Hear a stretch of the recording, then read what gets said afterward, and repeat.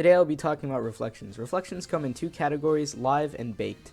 With live having realistic taxing reflections, these are screen space and planar, whereas baked has cube maps and parallax corrected cube maps.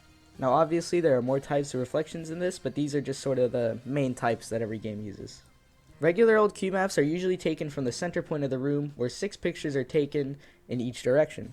This generates an okay reflection, but if you move around, the reflection comes with. The way to fix this is with our second type of cube maps, parallax corrected cube maps. The footage here is in the description, as I don't know what he did to the source engine to acquire this. I sure do wish it was stock. This keeps the cheap render cost of the cube map, but actually looks good. What this does to the cube map is skew the image based on the room size, so the reflection of the wall stays on the wall and doesn't scroll around. Moving on to live reflections, we have screen space reflections and planar reflections. Screen space reflections take whatever is rendered on screen and use it as a reflection. This is very effective at creating a clear live reflection for pretty cheap.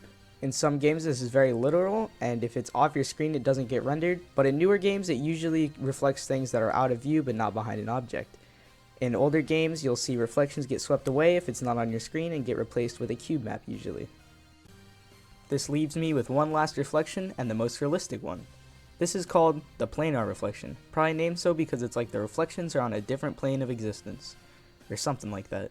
This basically renders the game twice, making your computer shit itself in the process, but it renders once for your face eyes and once again for the reflection. This creates a crisp reflection that cannot get interrupted by your camera position. The difference between this and screen space reflections is pretty subtle, but here's a picture just so you get the idea. As you can see here, screen space reflections don't give a shit about 3D and will just sort of overlay on top of each other. Whereas planar reflections actually care about physics and whatnot. Well guys, thanks for watching my video about reflections. That's all I have to say. Stay frosty.